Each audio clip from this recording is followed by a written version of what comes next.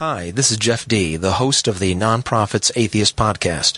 The Nonprofits is made possible by volunteers and the generous support of listeners like you. If the promotion of positive atheist culture and the separation of church and state are values you hold dear, please consider contributing by becoming an ACA member or visiting our product page at evolvefish.com under the Partner tab. Thank you.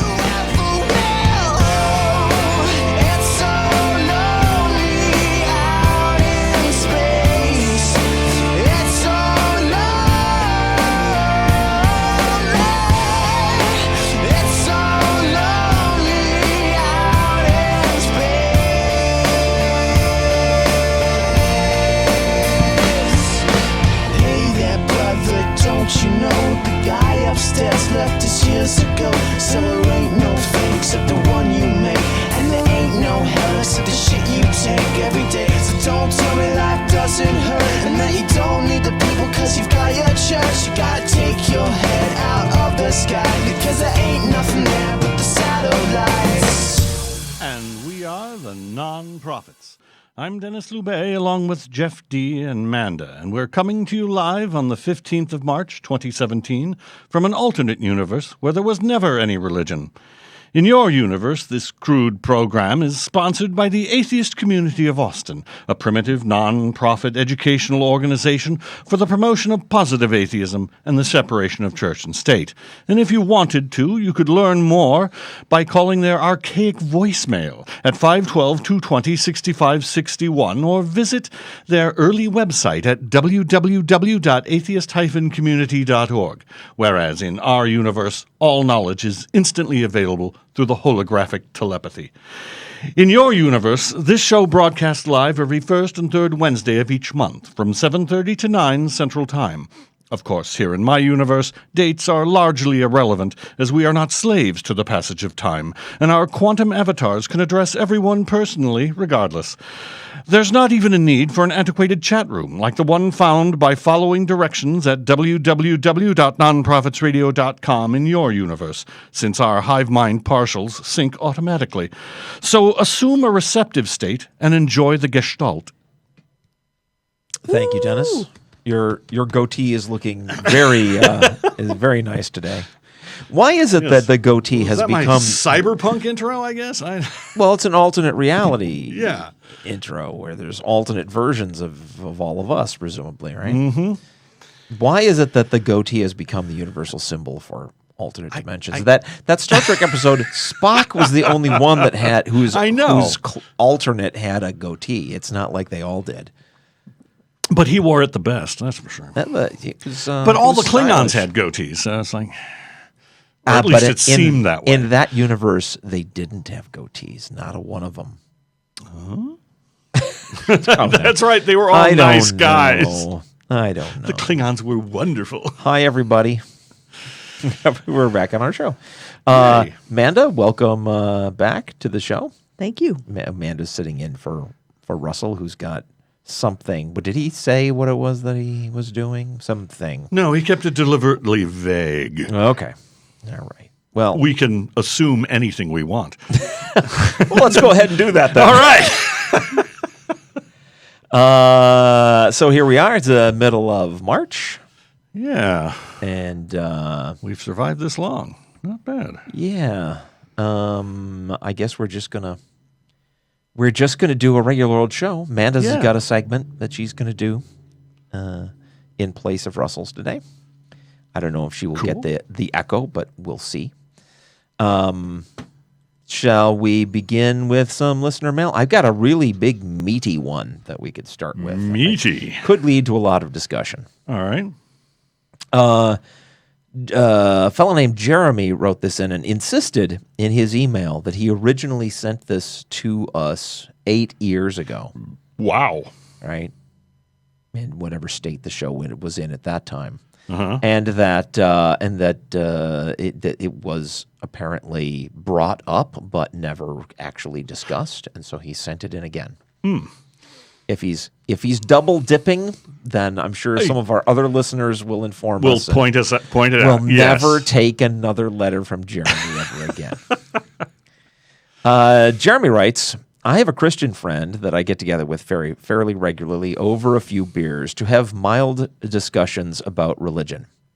While I feel that his core beliefs can make him delusional and absurdly irrational, I must credit him with his high level of personal honesty. When I deliver a good point, he doesn't cleverly change the topic, equivocate terms, or use the "we can't understand the nature of God's will" excuses. Wow. On the other hand, he concedes to points of mine just before putting his head back into the sand. Luckily for me, considering that my worldview is based on logic, reason, and rationality, it wasn't until recently that I had to concede to a single ridiculous Christian point until recently. It's ironic that it says recently in his letter because this was 8 years ago. Yeah. After our most recent discussion, my friend said that he was a reasonable liberal Christian that humbly admits that he picks and chooses his verses and turns a blind eye to the absurdities, contradictions, and atrocities in the Bible. He doesn't proselytize, and he's not overly opinionated. He merely holds to his religion for personal comfort. Okay. So what's the problem with that, he asked.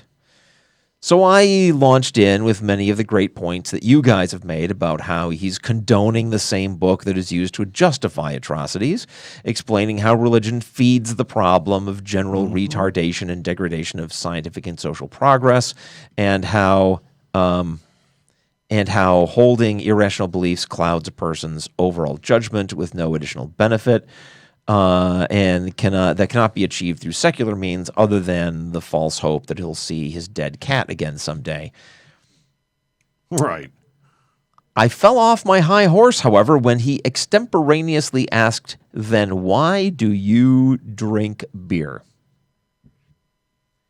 Putting one foot in his little trap, I stated, "Well, I like the social aspect of it, and it relaxes and calms me." "That sounds like something a liberal Christian would say," he said. "Would you admit that, considering the potential repercussions and from a medical perspective, that drinking alcohol is generally considered to be harmful?" "Alcohol clouds your judgment. It's been found responsible for a staggering number of deaths and injuries. The side effects and long-term health consequences have been medically demonstrated, and the small actual benefits that it does provide can easily be achieved through more responsible and healthy means." I stopped myself just in time before I started in with a, "Yeah, but I'm a responsible drinker who only drinks in moderation and doesn't drive drunk. It's mainly the irresponsible drinkers and belligerent drunks that affect and are affected by those negative consequences." Before that came out of my mouth, I realized that my stance on alcohol would help to make his point. I recall that Matt was asked on the AE TV show why he speaks out against religion. He said, to paraphrase, that speaking out against religion was like speaking out against heroin use. Basically, it's harmful and unnecessary and therefore reprehensible. After this particular discussion with my friend, though, it sounds more like Fred Phelps is the one with the syringe of heroin, and my friend simply drinks a few beers now and then. Right. So I'm hoping you guys can help me get the taste of hypocrisy out of my Budweiser. All right. You guys want to jump in first? I've made some notes on his letter as I was reading it. A couple of points I want to bring up. But there are any reactions? There are. It's a damn good comeback, but I mean, clearly they're not exactly the same things. You know, one's an ideology and the other is a substance. Is a substance. Yeah, it's plus one has an incredible amount of people proselytizing it, and the other, well, there's the beer companies are there. There's a fair amount of advertising for beer. Yeah, in fact, I would dare say during an average day, I see more advertisements for beer than I do for religion. Manda? I don't agree that all religion is harmful in that particular way. I think that premise is fundamentally flawed, and I think that the analogy to beer has some merit, But which premise are you disagreeing with? That I'm disagreeing with the premise that religion is somehow always inherently leading to some kind of problem. Like, if you're not doing something bad, you're promoting someone else to do it. Yeah, okay. That's false. But I do consider a deeper problem that what enables somebody to swallow bullshit is the absence of those things we all have a right to know that inoculate us against it. And in that sense, I consider harmful religion as a problem, and it's more a symptom, not itself necessarily a cause. Now, to hammer on this analogy, if the people who are promoting the substance, now let's draw the analogy to cigarettes. If the people promoting it are deliberately obstructing an accurate worldview, like the people who promoted cigarettes did by trying to suppress very relevant medical studies and putting out commercials that were just false information, false advertising, then I think there's a further problem. And there are places where particular religions obstruct people's ability to have accurate information. Like here in Texas, this is 8 years ago, this might not have been a big thing, but now we have abstinence-only sex education, which suppresses information Actual people have knowledge. a right to know at age-appropriate information. Okay. Yeah. There's also... But let me chime okay. in. So the analogy being made here is the social drinking Right. versus social religiosity. Mm-hmm. If that was in fact the parallel being drawn, I'd say that the liberal Christian in this scenario had a point. But that's not a fair analogy, because this Christian is not just going to church and playing along to get the social benefit, right? Right. And then, but not really believing it, and for sure not believing it once he leaves the church. He believes it all the time, Yeah. right? The beer drinker is drinking beer when he drinks the beer. Right. And between his beers, he's not drinking beer. And his judgment is not impaired. Right. And there is an awareness of the trouble with alcohol and laws in place to deal with those actual consequences. It's also a little unfair in that nobody is asking for anything like the laws surrounding alcohol consumption, right? Analogies to those for religiosity. Nobody is asking for that. Right. So they're not on the same level of criticism either, right? So I think the similarity here is relatively superfluous. Or yeah.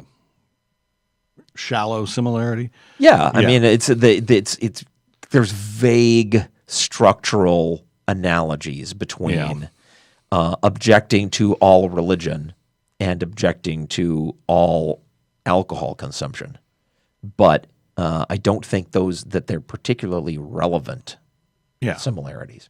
It's like something. You can turn off the alcohol by simply stop drinking, but when you're religious, you don't turn it off. Right. I think it's more a case not of is that harmful, but what's the good of it? Mm-hmm. At the very core, somebody who's a liberal Christian or a liberal religious person is probably a generic deist, have a vague feeling that the universe is run by something benevolent, but without the proof. Mm-hmm. Where's the proof of it? Right. What good comes of believing something that has no proof? What's the defensible part of a position? If somebody who drank beer had a superstition that beer makes you smarter. Right. Right. Or that non-beer drinkers need to go to a bad place. Or that non-beer drinkers will go to a bad place or even might go to a bad place. Right.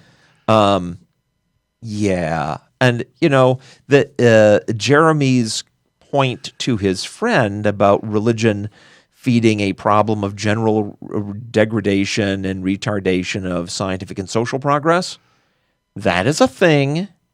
And it's a thing that religious believers are feeding into all the time. I have to consider that a kind of a prejudice on the part of non-theists, though. I mean, people compartmentalize and people have liberal ideas.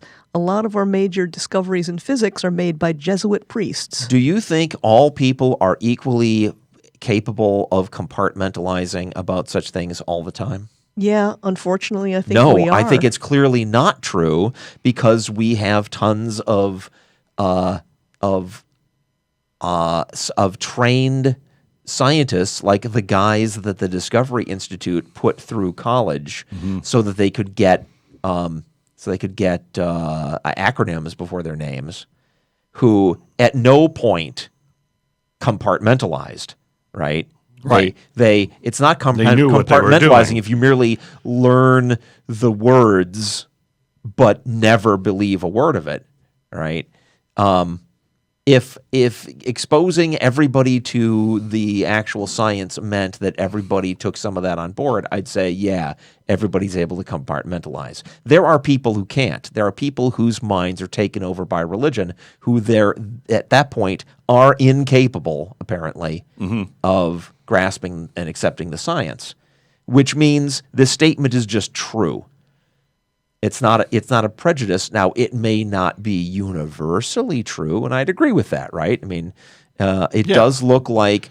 are you defending a prejudice on the basis that most people are like that of that category? No. I don't think that's accurate. I am defending a statement that does not specify how much impact on the basis that there clearly is some impact. So, Yeah.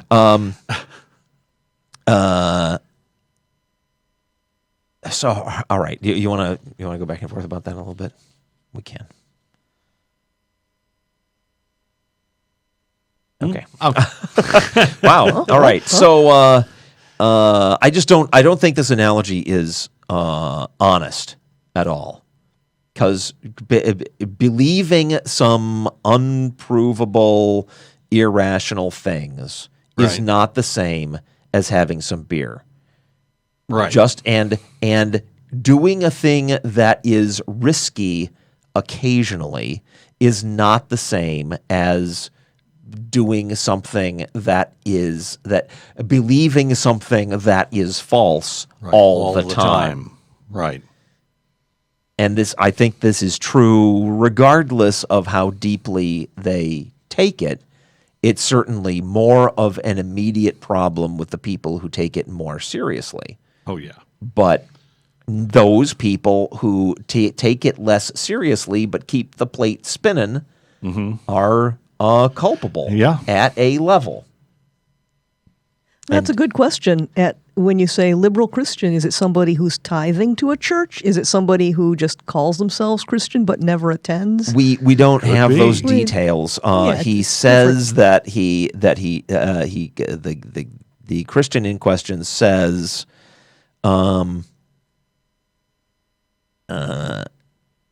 he admits he picks and chooses verses. He admits he ignores absurdities and contradictions and atrocities in the Bible. He says he doesn't proselytize, but merely holds the religion for personal comfort. But, you can't hold a belief for personal comfort that you don't actually believe. And that's the problem. Beliefs lead to actions. I don't think that you can qualify it as a belief then, because there's a difference between... I don't think you can qualify it as merely for personal comfort. Well, I totally think you can believe it.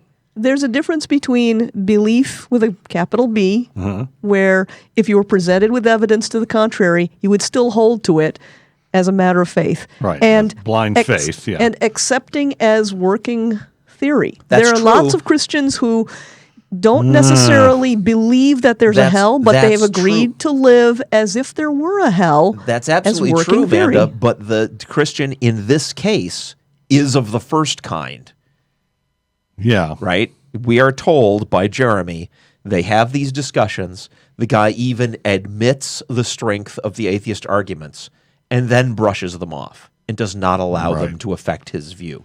I think that all That is human the first beings kind. have Now a that's right. compartmentalization. Well, I think all human beings have a right to an accurate worldview, and if you take Yeah. it on yourself that there's an Easter bunny or Santa Claus or a Jesus, and you don't stand up for everybody else's accuracy, you've stuck your head in the sand. I think that's a great way that's phrased in the letter. He sticks his head in the sand.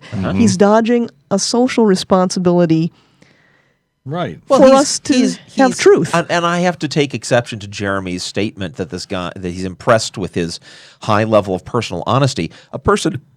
Someone who has a high level of personal honesty, when they hear a Contradictions and stuff like that. an argument that they acknowledge that the argument has force, right? Then they have to accept the strength of the argument and not brush it off. And this guy brushes it off. Well, He seems like he's accepting the strength of atheist arguments as and a then defensive ignoring the move, fact that they're there. as a defensive move to keep the friendship going. Yeah. But not actually that's weird. taking what Jeremy tells him seriously. Right. So anyway, it might be too late, Jeremy. I guess you're still an atheist if you're still listening to our show after 8 years. But yeah, I think this guy's manipulated you, and I think you've got a higher opinion of him than he deserves, based on what you're telling us. So, Dennis. Yeah. Oh, wait a minute. What? I'd normally be going back and Trading forth with Russell Russell for news. on news. Why don't we instead go into your question? Oh, my question? Yeah. All right. Unless you guys have more you want to say about Jeremy's friend. No, that's fine. Okay. Well, yeah, I got a question. Yeah. Why do Christians love Jesus? What do you mean? Well, do they have reasons? So you want to know what the reasons are? Yeah. Why they? Okay. What kind of love are we talking about? Well, they claim to love him. I know, but what kind of love are we talking about? We're not talking about romantic love. No, obviously. We're talking about a familial kind of. Yeah, they claim he's more important to them than their families. I mean, So more than familial love. So what kind of love are we talking about? It's not lusty kind of love. no. It's love as in not doing things that would make baby Jesus cry. Because you love him. So it's a kind of caring for their feelings? Because I was about to ask about, like, you love your favorite sports team. Is that what we're talking about? No. They claim to love him on a personal level. I mean, he's my best friend and blah blah blah. Well, love okay. him to death. Well, love him that- more than my children. I guess we can accept that they feel that way, Or at least they say ridiculous that. as it is Yeah. to claim that level Yeah, of but I'm wondering personal why. connection to a guy you've never met. Is it because they get something out of it? Well, I know. Salvation I'm trying to walk us through a discussion of exactly what it is we're talking about before we try to dive into why. Well, Right? Because, yeah, Manda? some Christians are subjected from an early age to cute little stories Yeah. of Jesus doing heroic deeds and Jesus being tortured. And the combination of an opportunity to do good things and be the hero and getting crapped on and physically abused are the recipe for affection for a character. Every good writer knows how to put their character through the ringer Right. to build that rapport. So they've read about him. I'm wondering if their love for Jesus is contingent on what Jesus does for them. Well, And it's not a selfless love. No, it's a love because they believe Jesus helps them in their lives and died for them and gives them salvation and all this stuff. And I guess if he didn't do that, they wouldn't love him? I don't know. I'm looking something curious. up. You guys talk amongst yourselves. Well, he throws a great birthday party. Yes. He's very popular. And He's a socialist. That's more things he does for you. Well, I have characters in books I've read that I love. I love Aslan. I think the great big lion character who fights for you is great. Uh-huh. You know? Okay, but that's that. Now we're talking about the kind of love that's fandom. Right. And fandom, of course, has nothing to do with what they're going to do for you. We can totally be a fan of a thing. I love the Harry Potter series, right? Right. Harry Potter is going to do nothing for you. The author of those books is going to do nothing for you, but you have latched onto it as a thing that you really, really, really like. So there is that kind of love. And if that's what it is, then there is one set of reasons why they might have that.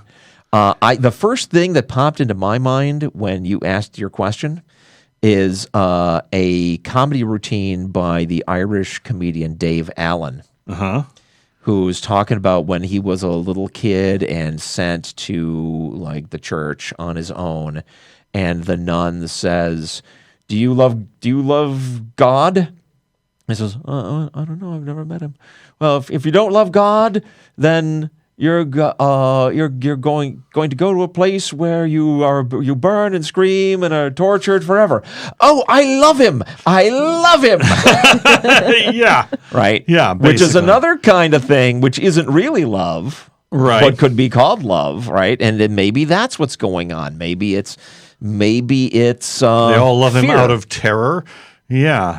I don't know. Funny, I've got this little list I'm making as we go through this of characterizing the different kinds of love or different kinds of reasons. I've got fear, family, fan, or follower. It's all F words. Not on purpose. It just came out that way. Sounds like the title for another role-playing game. I'm thinking of but which of these- sympathizing because I like to define love as your happiness depends on someone else's happiness. Okay. But their love doesn't depend on somebody else's happiness. Oh, I think Their some love of them for imagine Jesus they doesn't. imagine that it does. How? When you Well- give alms to a beggar, Jesus is made happy. Yeah, I mean, there's the core little, making not wanting to make baby Jesus cry thing. That's Right. that. That's kind true of- for some folks. That's that kind of thing. It's only true for some instances of Jesus, right? Because there's a whole range of Right. different angles on the Jesus character that There are many people moods of interact Jesus. with. That's right. That people interact with on different levels. So I think this is actually one of the meatier and deeper and more puzzling questions that you've ever asked, because to get at it, we have to understand what the hell they even mean. Right. And it seems, the more we talk, it seems that it's nebulous and there's a lot of different things going on. No one of these things that we've talked about seems to be the thing, the kind of Right. love that we then have to explain. I get the impression that Christians think that the love they have for Jesus Yeah. is absent of any question or circumstance, or they love him regardless. Yeah. And I'm wondering if that's the case. Because, if Jesus didn't grant them salvation, if Jesus didn't affect their lives, if Right. Jesus didn't do these things, Well, would they still love it? And there's got to be something to that point because of the eagerness with which they leap to the question about atheists, right? Did something bad happen to you to make you hate God? Right. Where did you at some point not get the expected payoff? Right. Did you not get the puppy or the Right. pony, and so you're an atheist now? Right. So that's part of it too. Yep. Their complicated. Yeah. I think the answer is it's very, very complicated. Actually, it's a song. There's a song, a hymn. Oh, how I love Jesus. And the line is, because he cares for me. It's the good cop God, the Jesus God who's unconditionally loving. But but your love isn't unconditional. Because if he didn't care for you, then you wouldn't love him. Right. Your love is conditional I'm trying to think of a way on to Jesus doing stuff for you. I totally think you're onto something with that angle, Manda, and I'm trying to figure out how to characterize it on my little list. It's gratitude for not being cast aside. Gratitude. Right? You love him because he's been so nice to you. Right. Right? I totally get that. But contingent while on him there being is nice to you. that doesn't eliminate the fact that fear is used to motivate your love.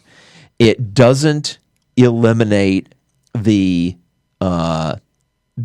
sympathy angle on the love, where it's regardless. Little baby Jesus isn't doing anything for you yet, but you don't want him to be sad. Right. Right. And it doesn't eliminate, or in fact, I guess it's tied into the profit motive love of you're going to get stuff out of him, or you have got stuff and you're expecting more. Right. Part of the gratitude. Huh. Yeah. Yeah. Well, carrot and stick, right? I mean, on the one hand, gratitude. On the other hand, fear. There's a carrot in the stick right there, and then a hefty dose of guilt and sympathy. Yeah, guilt. Right, guilt. The whole. It's your fault that Jesus got tortured thing. Yeah. If we spent a lot more time on this, we might be able to graph it out a little more. Analyze it to death. Go to the individual, denominations and say, oh yeah, they love him because of this, and these guys love him because of that. Huh. I think it's creepy that people are encouraged to say they do. Mm-hmm. It's weird. Right. Let's do that. Lip service. The social pressure. Oh God, yeah. Peer pressure. Absolutely. Where you're merely expected to. That's why, that's got to be a really big one because of the fact that so many religious people are okay with the existence of atheists as long as we keep our traps shut. Right. Now, we don't want to inoculate the young ones. They don't want us inoculating the young ones. Yeah. Yeah. Okay. Well. Interesting. That is a good question. That went in directions I didn't expect. Perhaps our listeners, since this is it seems to be such an elaborate issue. Mm-hmm. So many different angles on it. Perhaps our listeners at home will send us in some emails with your take on why do Christians love Jesus, if they even do. Well, it's like one way I characterized Jesus was he's the mother that the Christians scurry behind when the big God is threatening hellfire and stuff, and Jesus, right? And good you scurry cop, behind cop, Jesus, but it's and good you go, God, bad God. Oh no, Jesus will give me salvation. It's like it's weird. It's weird. Yeah. Yes. Well, religion is weird. It's a weird dynamic. Sure. And if you are... You would never expect a bunch of atheists on the show to say that religion was weird. Well, if you're Jewish... Religion is weird. I'd like to hear from you why you love Esther. Why do I love Luke Skywalker? Coming up on Purim, the festival... Yep. Who are you talking to? Our listeners? If there's people out there who are Jewish, of the Jewish faith. Yeah. Mm-hmm. And you don't happen to love Jesus. He's an annoyance. He's an upstart. That's right. Why do you love Esther? So you're going to bring us a question, why do atheists hate Jesus at some point, which we supposedly do? Yeah, I could do that. Why do we hate Jesus? Or I get it. Why do Christians hate Jesus? Do Christians hate Jesus? That's for another time. Okay, fair enough. Well, let me do another piece of mail here. Mm-hmm. Nicholas says, "Hi guys, last episode you spent some time discussing negative and angry mail that you receive. It may be to your surprise, but anger, negativity, and painful ignorance are far too common within religious topics from both sides." Okay. "Here's my dilemma. I love keeping up with current news, listening to debates, and participating in online discussion groups about religion. However, it is difficult to wade through the repetitive anger and negativity without feeling a little burnt out." Uh-huh.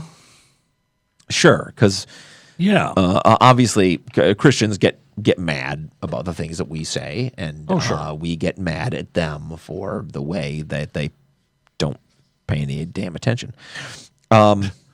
So Nicholas says, "I'm curious how you all keep so darn positive. Week after week, you read the worst of the worst from shit internet apologists say, mail from spiteful listeners, current events, yet you have productive conversations, spend time to give rebuttals, and generally keep a positive outlook. How do you keep such a positive frame in these matters? What are your tips to productive involvement in religious debate?" Ooh, that's a good one. It is. How do you? Well, probably me. I'm not doing it all the time. I do it when I'm here. But I think about it Yeah. off and on all during the 2 weeks between shows. Yeah, I do. But it's not all consuming. And I used to be on forums and news groups and things like that a lot. But now I've slacked off. Well, Because I've honed my arguments, I guess, is the deal. And it's So you're suggesting there's this wonderful state of bliss you can achieve once you've got it all down. That's where right. you no longer have to pay any attention. But that's not And the you case. can just because, be right about everything. because things Christians say still leave my mouth hanging open sometimes, going, "What the hell?" It's insane. Manda, how do you stay positive? I think of the people I love who happen to be believers. I am constantly fighting against an us and them through language. I catch myself saying, "these people," like Madeleine Murray O'Hair would rant on Access TV. "These people are batshit crazy." You know, I don't want to be her. Right. She had some wonderful points, but I don't want to be her. And I have hope. I have hope that, after 8 years of beers, that fellow out there isn't so complacent about his comfort faith. Right. Yeah. Possible. I think it won't surprise any of our listeners that I try to find the humor Yeah. in these things. And at the same time, I think it's important. This might be a variation on what Manda was getting at, in remembering that a lot of the people who are on the other side here are people that we care about, right? And so that helps. Would that be? Am I characterizing this correctly, Amanda? That helps keep a rein on I think so. how far you go and how upset you get. Maybe my answer is a variant on that. That I try to maintain a reasonable level of self-doubt, right? Because if I thought that it was all done and cut and dried and, just why the hell isn't the world catching up, right? Right. That could be incredibly frustrating. Understanding that I'm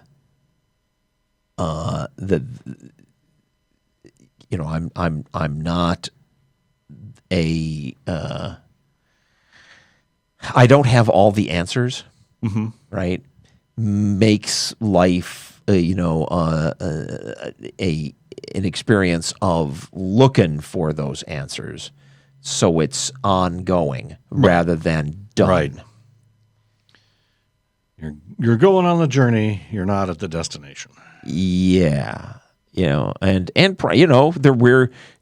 Information theory says we're never going to have all the answers about anything. So you got to be okay with that, right? It's a fine thing to try to move farther in that direction, and it's worth doing. But you're never going to be done, and that keeps things interesting and not just frustrating. Yeah. So, anybody else? I'm glad to hear from listeners who have sad stories and unhappy stories and bitter stories. It makes me appreciate. Me too. I'm not as put upon as many folks out there, and I hope that they can get an uplift from the fellowship with us. You're not alone. If you think you're the only atheist in Iowa, no, you're not. Yeah. And you've got us. And hell, yeah, we are speaking from a position of great a kind of privilege. Privilege, yeah. Yeah, and we're not risking being put to death for saying the shit we're saying. Well, this is dividing families. This is causing people great pain. We keep that in mind. For no reason. Yeah. It's all unnecessary pain. Well, Manda. Yes? You've got a segment for us today. I do. I'd love to hear it. For a long time, I wanted to share things that I had learned through the Atheist Community of Austin primarily. Mm-hmm. And we say that atheists, the only thing about being an atheist is you don't happen to have a God belief yet. But that's a little disingenuous. We do have a subculture, and that culture is very influenced by rationalism, which is what leads many people, not everyone, but leads many people to atheism. Mm-hmm. So it's a sister community, a closely interwoven group. So I thought I'd present some of my writings on critical thinking and relating that to atheism. And I'll try to go through this relatively fast. We have a lot of show ahead of us. Oh, we do. Take your time and, give it the attention it deserves. All right. This is called The Crucial Concepts of Circumstantial versus Direct Evidence and Dovetailing. Uh-huh. Circumstantial is one of a pair of terms used to describe evidence. Its opposite is direct. Direct evidence has no room for uninterpretation. For example, if somebody is clearly seen on a closed-circuit videotape holding up a gas station, that's direct evidence. We don't have to guess or infer that it's them. By contrast, if an inference or guess is needed to connect some fact to a particular conclusion, then that fact is circumstantial evidence. Circumstantial evidence always has some sort of maybe in it. For example, if a sandwich goes missing, this is circumstantial evidence for the hypothesis that Bigfoot took it. Or maybe my brother got hungry and took it while I stepped out. There's that maybe in there. If there are multiple explanations yet possible for some fact, then it's circumstantial and not direct evidence. Direct evidence doesn't have multiple explanations. It leads to just one conclusion directly with no guess or inference required. People often say there's a lot of evidence for Bigfoot. They are 100% correct. There is, but that evidence is overwhelmingly the circumstantial kind. In general, a whole lot of circumstantial evidence isn't any stronger than one single piece. Would 10,000 missing sandwiches prove Bigfoot is real? Nope. On its own, a piece of circumstantial evidence can be inherently weak. Calling it evidence can even be misleading. It risks implying that some fact is more meaningful than it really is. Why do we even call it evidence at all when it's so obviously shaky? It's called evidence because before you get to the inference and conclusion, conclusion part, there's still a fact there, and solving a mystery requires stockpiling everything we know. Multiple pieces of evidence, both direct and indirect, often work together to lead to conclusions. Sometimes on a TV show, somebody tells a detective, "You can't prove anything. The evidence is all just circumstantial." This is a misconception. In fact, there is a situation in which two or more pieces of purely circumstantial evidence can work together to force exactly one conclusion. It's called dovetailing. When it happens, it causes circumstantial evidence to promote up to direct evidence through a deduction. We can use the number puzzle game Soduku to demonstrate dovetailing. Let's say that there's an open square that, given what else is in that row, must hold a 1 or a 2. We have circumstantial evidence it's a 1, and we have circumstantial evidence it's a 2. I know you've got a prepared thing here, but could I just cut in for a second and ask, do you have more examples for us than Soduku in case we have viewers or listeners that have not played that? No. Okay. And that's something that's good to go into, is other examples. All right, you want us to get back to that later? Okay. Yeah. Let make a note. me restart my Soduku example because it's a little tricky. Sure. Let's say there's an open square that, given what else is in that row, it must hold a 1 or a 2. We have evidence it's a 1, yet it could still be a 2. Let's say we solve the intersecting column, and now that open square must be a 2 or a 3. On its own, this new clue is circumstantial evidence for a 2, and it's equally circumstantial evidence for a 3. Taken together, though, the row and column clues add up to the open square being a 2. Each has ruled out the other's alternate hypothesis.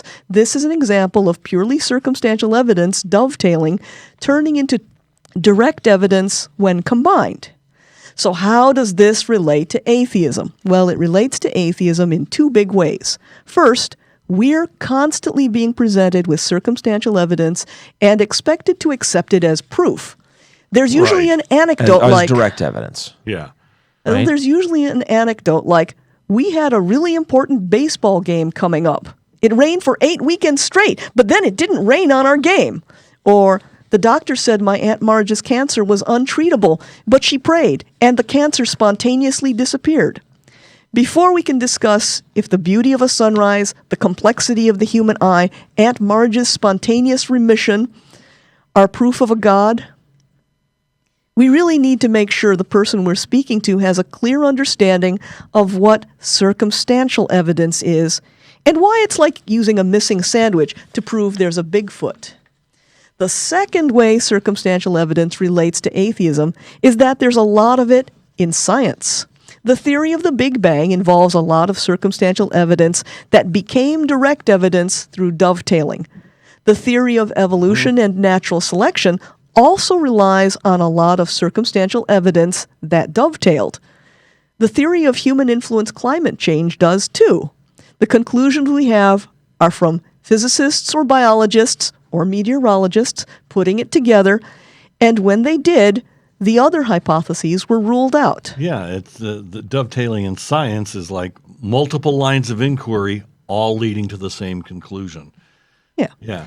Because they appear to rely on circumstantial evidence, it's very easy to cast doubt on some aspects of it by showing an alternate explanation. It's one of the primary tactics of anti-science web pages. If we want to promote science literacy, we need more people to explain how, in both the case of the Big Bang and evolution/natural selection, and climate change as well, we need them to show how the circumstantial evidence dovetailed through deduction and became direct evidence. Right.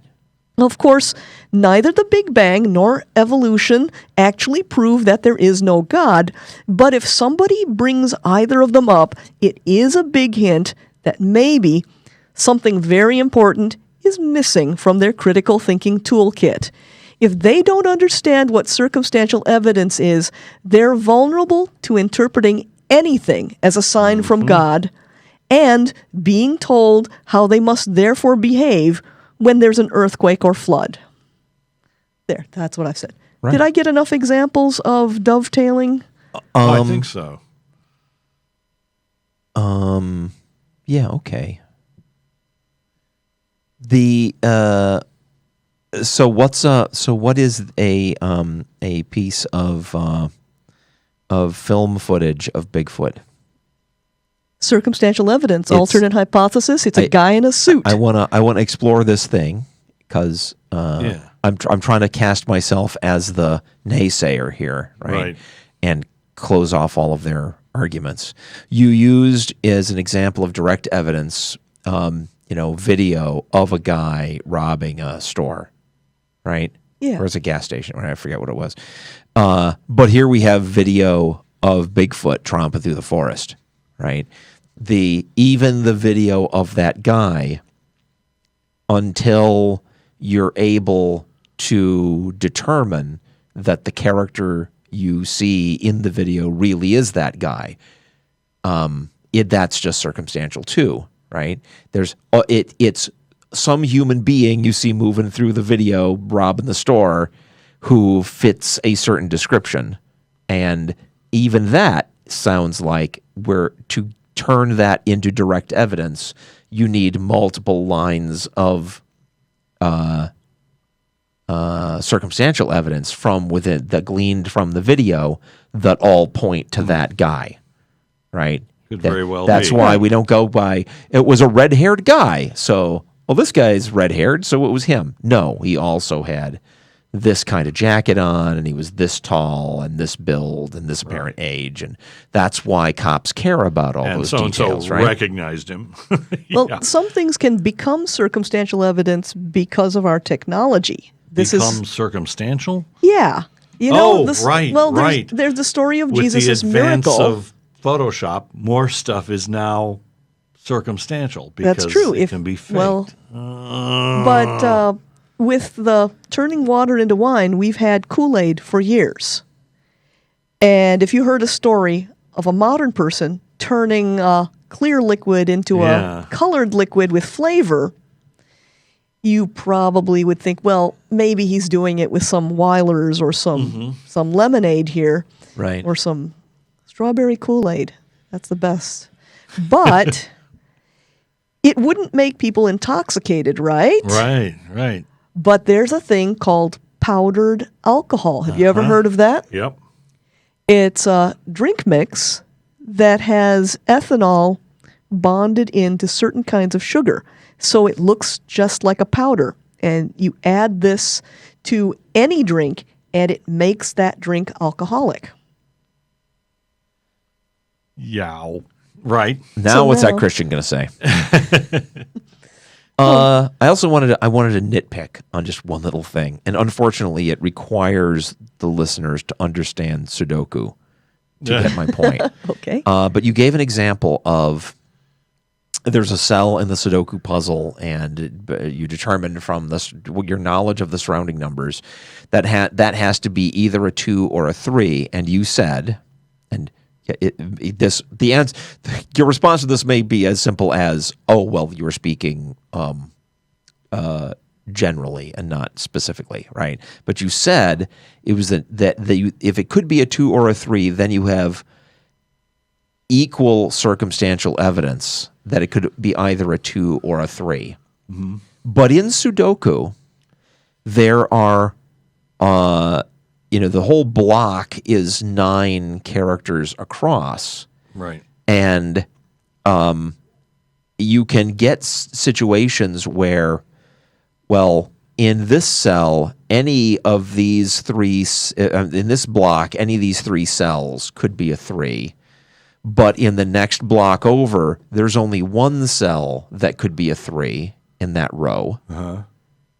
And that's not an equal chance of any of those being a 3, right? Of the 3 falling in this block versus that block. One block, the odds are higher that is where it will be. You were speaking of 2 different kinds of chance. Yeah. In one case, it's like the Monty Hall puzzle that given what you know, your odds ought to be a certain thing.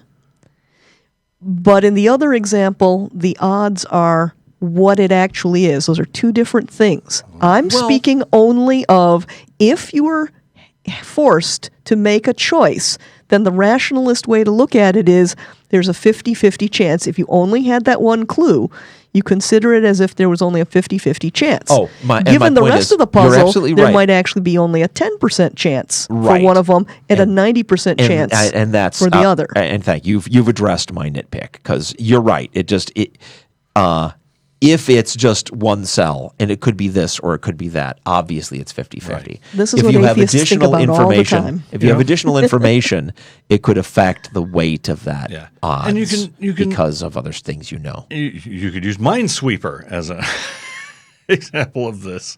Right. Or something, getting back to the previous thing, right? If the guy in the video had red hair, there is a certain percentage of the population that has red hair. So when it's no longer an equal chance of that human being any human being on the planet, you are now, I mean, that's the way it works. You've narrowed it down to just the subset of humans that have red hair or a red wig. Right. No. See, if we didn't have red wigs, then that would change the odds. Well, it would change our definition dyed of their hair red. It would change our definition of what is circumstantial evidence. That's what a search warrant is all about, is going into the house to see if the guy who fits all the other characteristics but has the wrong colored hair has got a wig or red hair dye or something. I always thought that this would be an account of who Jesus' brother was, because the tradition is Thomas Judas had red hair, and back then they had henna. So if there was a real Jesus and he had a twin, it could have been that Judas was trying to not look like Jesus by coloring his hair. Or maybe, you just never saw both of them in the same place at the same time. All right. Well, that was excellent and yes, fundamentally useful understandings of how investigations and evidence work. Well, this is touching on my forays onto several Facebook groups that are polite talk between theists and non-theists. Yeah. Well, they haven't been, because there's a constant inflow of very upset people from both sides. Sure. But most of the arguments made from people from the Middle East in favor of belief in a God are really bad circumstantial evidence. Like, have you not seen the beauty of sunset? Well, yes. Beautiful sunset, therefore God? You can't pin that on the Middle East. You get that here all the time, too, from Christians. I think statistically less. It's less overwhelming. I'm trying to translate this document into Arabic. Oh. And I'm running into lots of oddities. Like in Arabic, the word for evidence and the word for proof is dalil. It's the same word. They seem to consider evidence and proof to be the same thing. What's the difference? Do they have words for suspicions, for for incomplete knowledge about anything? Oh, sure. So those could be brought to bear to characterize to effectively get at the issue of circumstantial evidence without text, calling it evidence or proof. Well, I've just got done saying. Well, but we're talking about her document now. Right. Well, I've just gotten done saying there's a shitload of evidence for Bigfoot out there. Yeah. Sure. But is that proof? What's the difference between the two? Right. Okay. Let's move on to another letter. Thank you, Manda. I hope someone who speaks Arabic can set me straight on this. Yeah. So, do you have somebody who is you're working with to do this translation, or how is that? Yeah, but he's a very busy person. Okay. Terrence writes, "Love your show, hate your ugly old website." Okay.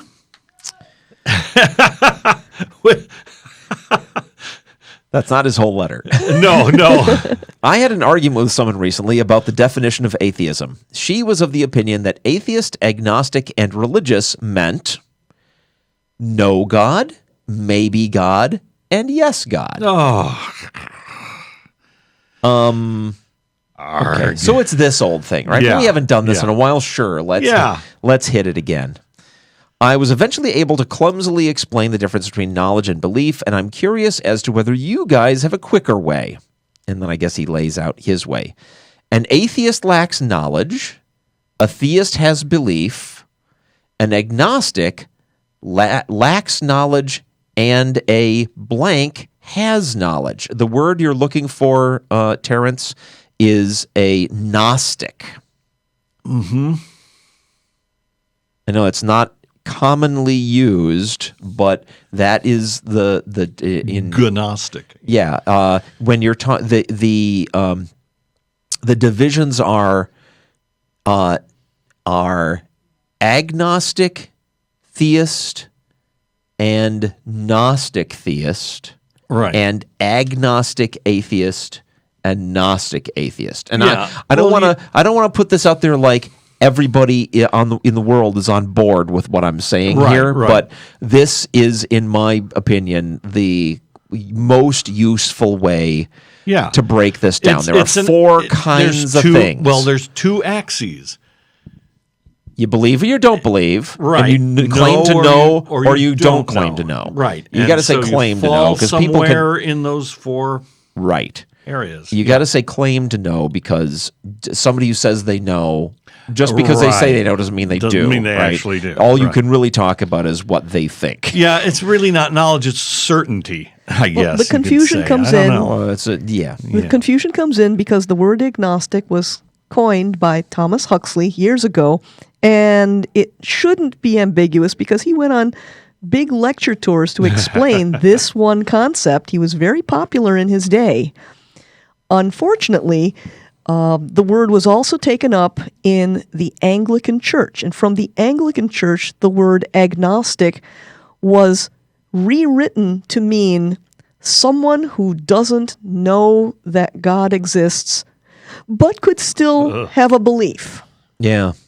Which is not at all what Huxley wanted. What Right. Huxley wanted it to mean was someone who does not treat that which is uncertain as if it were certain. So if you don't know that the price of gas is going to be $2.11 tomorrow, and you're an agnostic, you don't go around saying the price of gas is going to be $2.11. And actually, agnosticism clearly has nothing inherently to do with atheism. Right. Because you can be an agnostic theist and there are these people who, And the agnostic who theist say, would be? Yeah, they just say, I believe, but I know that I can't prove it. So I don't go around acting like there is, or I don't go around claiming that there is. They don't go around Ideally, claiming proof. They may still, and often do, go around trying to convince other people to also believe, but they don't do it on the basis of, here is my proof that I say that I have, right? They just say, well, you just got to feel it in your heart. And there's some confusion over atheist because some people would like it to mean those who have decided there definitely 100% is no God. Right. But statistically, from what I can tell from the organizations of the people who self-identify as atheists, there seems to be a consensus that they would rather have this word mean don't have proof and I don't accept it yet.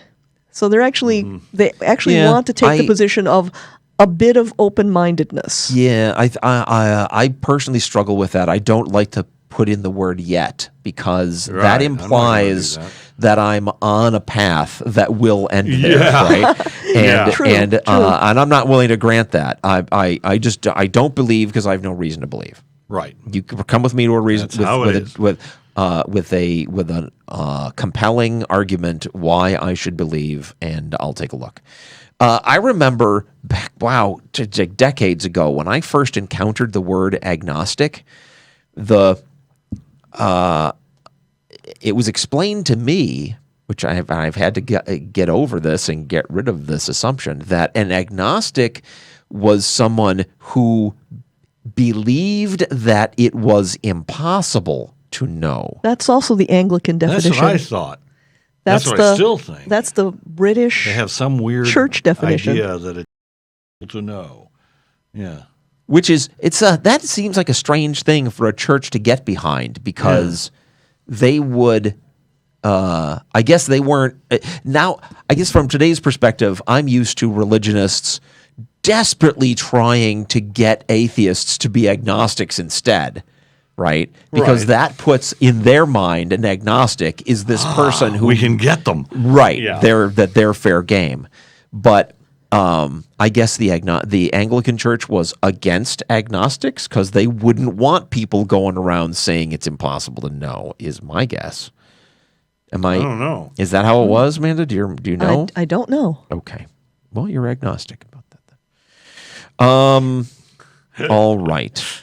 So there you go, Terrence. Hopefully that's useful to you. Make a little 2x2 grid, right? Punnett square. And the columns are Gnostic and agnostic, and the rows are theist and atheist. Gnostic and agnostic are about whether you claim to know, and theist and atheist are about whether you say you believe. And then you've covered everybody on the planet. Keep up the good work, gentlemen, and maybe look into Squarespace or something, because seriously, how about crowdsourcing a new website from your listeners? Surely there's someone out there with talent and time they could contribute. Well, yeah, but we are part of an organization, and we don't have unilateral authority to make stuff happen. Mm-hmm. There's a board of directors for the Atheist Community of Austin. They have many things to do, and so we're all aware of the issue, and something may happen when it happens. Yeah. All right. Let's hope. How are we doing on time? Oh my gosh, 20 minutes left. I've got something. Can you I do? bring up? Yes. Oh my gosh, you have more? I didn't know that you had more. The whole Gnostic agnostic thing sparked a memory. This week I came across an article about the origins of the human eye. This has been controversial amongst evolutionists and theists for a long time. And there's a hypothesis out right now that suggests that they took the mitochondrial DNA and sequenced the part that turns into eyeballs. Yeah. And it looks like this may be a gene that was incorporated from some other lineage into the invertebrate line. They think that it may be a lateral transfer of a gene, like some protist, some one-celled creature, and some other one-celled creature traded some genes way early, or maybe later than that through a viral transfer that something got infected with the early genes for eyes. Ooh, infected with eyeballs. And they're looking at the pigments, because one of the marker genes is a marker for red reactive pigments. Mm-hmm. And in human beings, it evolves into part of the mechanism that allows us to see the color red. Right. So in answer to why we find the color red beautiful, some biologists think it had to do with detecting the color red because it was food, because it was something that creatures used. It was a molecule creatures used for various chemical things, and so being attracted to red, you could find prey. But one of the primitive eyeball reds looks like it's not for seeing the red color, but for seeing heat, for seeing infrared. Okay. Which could mean that it came from an organism that lived not anywhere near sunlight, but actually near a radiation source, like a thermal vent. Mm-hmm. This is counter to what Darwin said, in the sense that it means that we have some genetic traits that jump the tracks between creatures early on. Yeah. But it's still in line with natural selection. Right. Well, Darwin didn't have any clue about that things like that could even happen. He didn't even know anything about DNA, right? I mean, it takes an understanding of the underlying physical mechanism to even understand that stuff like that is physically possible. But the evolution of the eye has legitimate reasons to call into question Darwinian evolution, and it's been disingenuous that some scientists have dismissed this. And on closer look, what's actually happening could be really amazingly cool. Well, it's evolved numerous times. That too. The eye, so it's like, Or has it? Well, certainly, all based on one design. It got to the point. If this is what happened, right? Then the genes in question got to where they got in the original invertebrate creature that they developed in, and then in our ancestors, since the transfer, they have gotten to where they got now, and it's all still evolution. It's just, I don't know. It's just. But this is, I don't pretend to understand that process. Well, this is circumstantial evidence for creationism. Technically, Well, it's something we haven't accounted for yet. So are the trees. So right. There you go. All right. We would have to have some other things that were very unusual like that to prove a creation. Elaine from New Zealand says, "Hey, I just wanted to thank you so much for saying what you said about Milo at the end of your last podcast. I have a greater amount of respect for you guys because of it, and while the subject of this email isn't exactly about him, I'll have to admit that he's a bit of a springboard for a tangential discussion because you used the word troll to describe him, which is something I have a personal bugbear with." Now, last episode also, we used a lot of Dungeons and Dragons analogies and terminology, and I just want to point out that it's happening again. Because trolls and bugbears are totally things you can kill and take their treasure in Dungeons and Dragons, amongst many other things. That's not at all where Elaine is going, but I just thought that was amusing. Now, before I continue, I'll have to preface this with the assertion that while these problems are inherent with the word itself, I don't think that's what you guys personally meant when describing the particular individual mentioned above. So it's a language terminology issue with troll. Troll has its roots online in describing, debatably, harmless poking and prodding of people to get a rise, and has since become a catch-all word in our lexicon for describing bad, angry, mean people. I don't know if... God... Troll to me means a little more than harmless. I mean, trolls actually enjoy ruining people's days, and it's harmful. Yeah, unfortunately, just thinking back over my entire life online, I've never known whether the person who was prodding and poking people online to get a rise was doing it because they were mean, or whether they were doing it for some other reason. The general consensus was always that these are people who don't actually care about the discussion. Yeah.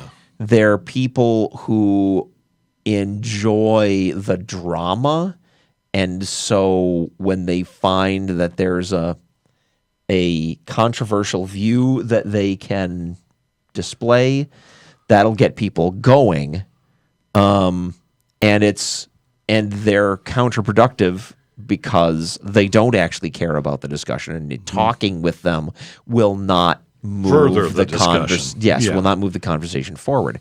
I kind of think that's bad and mean.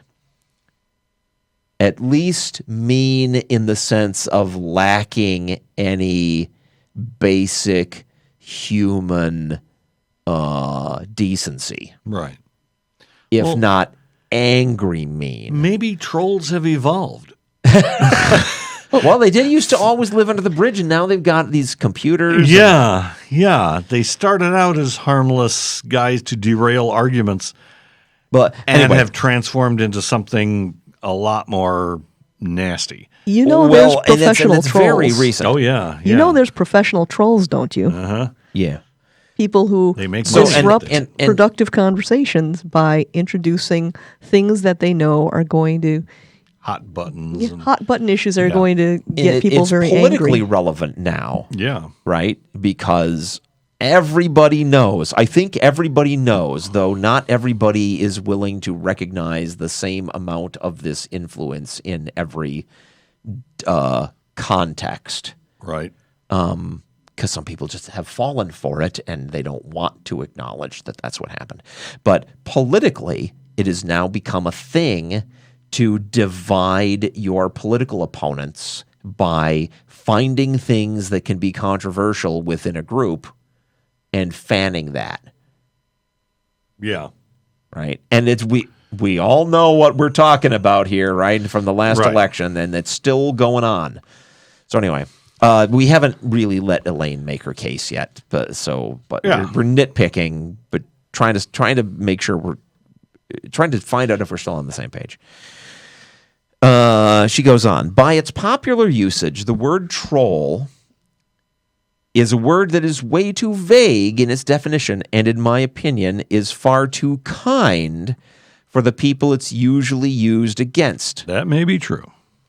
So, right, if by the original meaning is, just a troublemaker in a online forum. Yeah.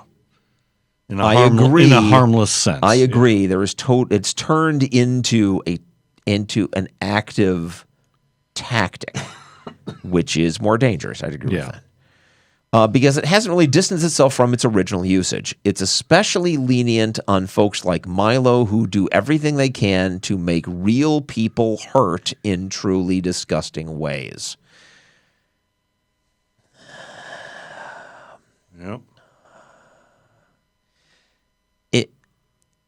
And I'm having exactly the same problem that I had with the original definition is I'm not inside that dude's head Right. to know what his intent actually is. Because are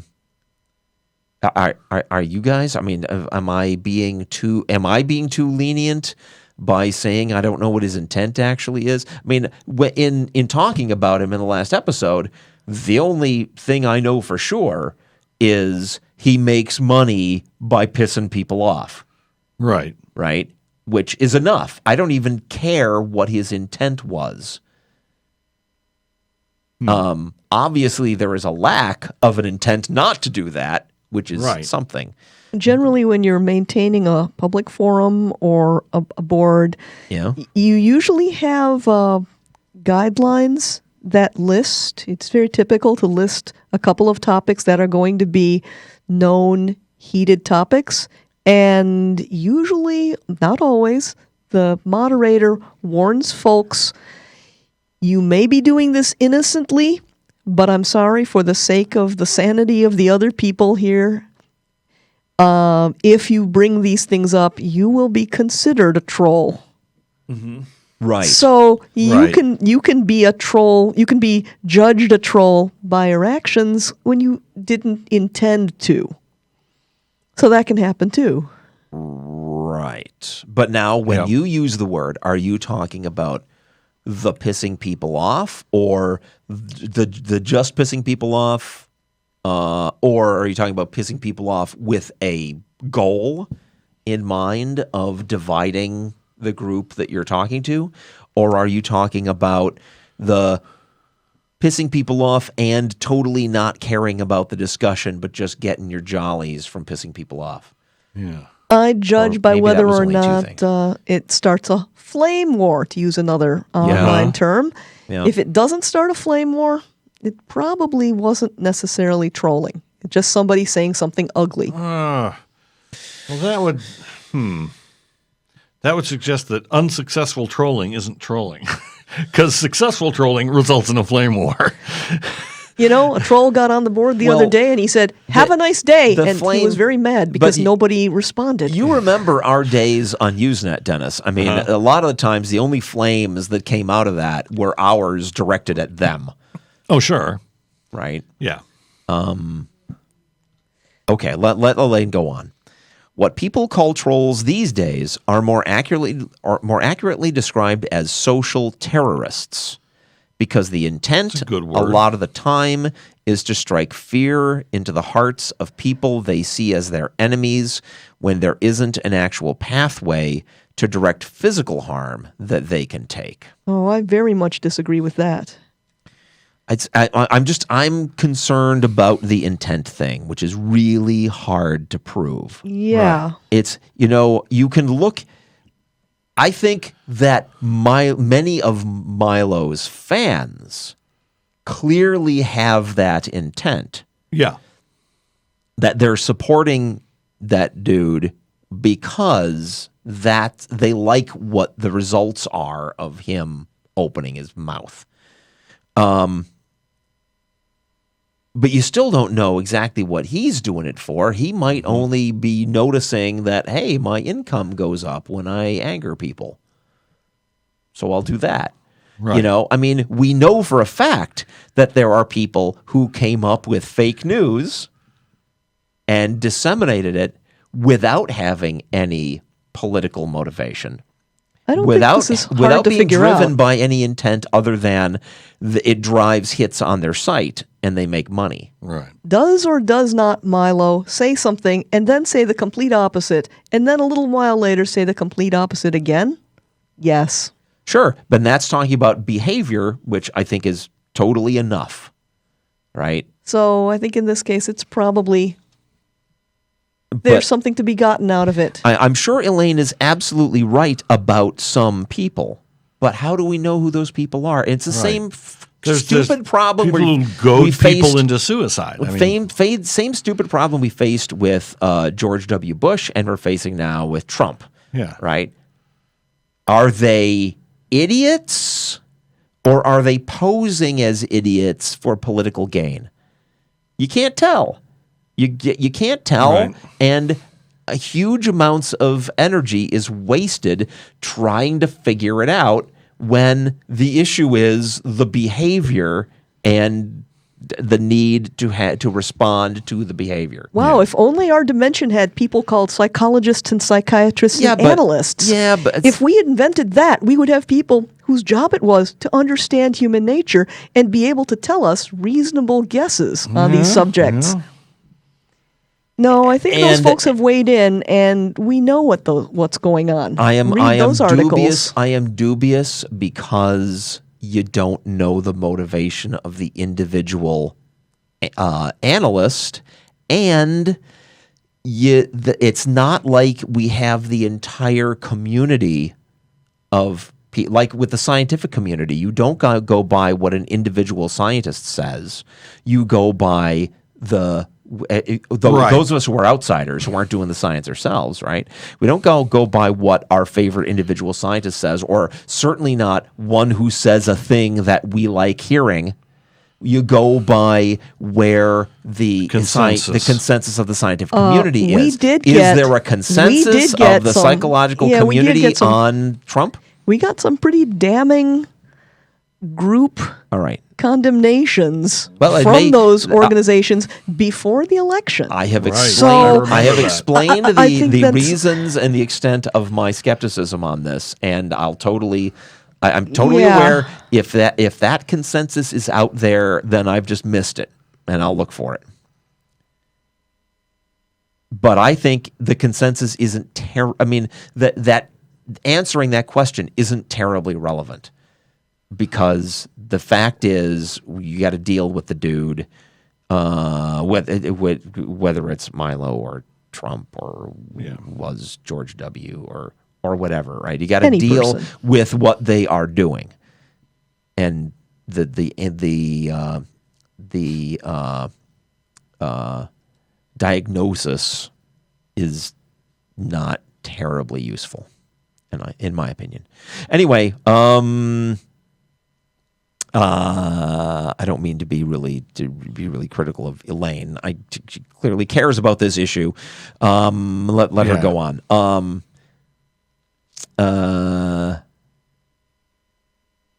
She just said they're motivated to strike fear into the hearts of people who are their enemies because they can't harm them physically. But social terrorist as a definition is clunky and comes with a lot of baggage. So I think what we really need is to find a different word to rely on when talking about them. Okay. I would totally in favor of a word for people who the result of their actions is that. Yeah. I don't know what that word would be. And I'll leave it to the psychological community to come up with clinical terms for it and then to diagnose those people. Maybe bugbear. Who knows?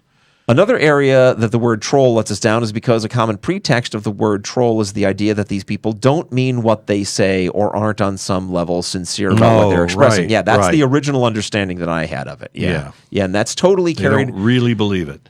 Yeah, they're just being contrarian to. But I think it might still be true even of people who do it for money. Might be. They might still just not care. Not caring, but there's a very fine line about not caring about hurting people and actively hurting people. Mm-hmm. And when money is involved and you're talking about somebody who makes their living that way, I think that line goes away. Mm-hmm. If you don't care and you're doing it for money, you're a dick. Right. And I shouldn't use that term because that's a gender-based slur. Let me use you're a jerk. You're a jerk if you do that. I think that on the atheist boards, there's a special category. I have a special term for about half of what you might call a troll on the atheist versus theist boards. I call them a pre-atheist because a lot of them are in a place of great cognitive dissonance and agony and lashing out. Right. And you'll find folks with the nastiest epithets and the worst accusations against atheists. You follow them for a while. About a year later, they're an atheist. That does happen over and over. So anyway, Elaine wraps up. Troll just isn't good enough anymore because the internet has outgrown it. I hope this all makes sense. I get the point you're getting at. I'm not convinced that we're in a place where we can know for sure the motives of these people, but I also kind of don't think it matters. Because if these people don't care about the feelings of others enough to refrain from pissing them off, whether that was their intent or whether they just don't care, then I don't see a huge difference. That's circumstantial evidence for them being someone who cares or doesn't care. We can't know. Yep. Sure. It just stays an unknown. So one last thing before we wrap it up. Charles writes, 1, don't listen to any listener suggestions, including these. 2, keep doing whatever the F you want to do because you're doing awesome. 3, read this on the air and tell me I'm the second coming of Jesus. C1. Seriously, though, the unstructured freeform show with no rigid rules is great and relaxing. Please don't change anything based on what we listeners say. Adding rules would ruin it. Okay, I just want to clarify. We talked a lot about this issue last episode because we got some pushy letters. Yeah. Pushy letters are not gonna... being more pushy in your letter is not going to have more effect. We do pay attention to what our listeners say, but then we decide what we're going to do about it. Right. That's not your job. That's our job. So we do listen, and then I would urge you not to tell anyone to just do whatever the fuck they want to do, because that could be interpreted as stop caring about the reasons that are constraining us now. This show may seem completely freeform, but we actually bring attitudes to it, and we're going to stick with those. Now, that is what we want to do, so it's kind of weird. Luckily, what we want to do is apparently what you like, Charlie. I said Charles. It's Charlie. So thank you, Charlie, and I think we're done. You gonna take it away? Everybody, thank you, Manda, for sitting in again. You're welcome, and thank you for having you on the show. It was cool. Thank you, Dennis. It's an amazing intro. Oh, thank you. And it's time for Dennis. Wait till my outro. But now is the time. Go for it. Well, We hope you have enjoyed the correlation. Expect another in your universe in 3 weeks' time on the 5th of April. Until then, there is the unity of I Am the Satellite by Brian Steeksma. Hey there, brother, don't you know the guy upstairs left us years ago? So there ain't no fake except the one you make, and there ain't no hell except the shit you take every day. So don't tell me life doesn't hurt, and that you don't need the people cause you've got your church. You gotta take your head out of the sky, because there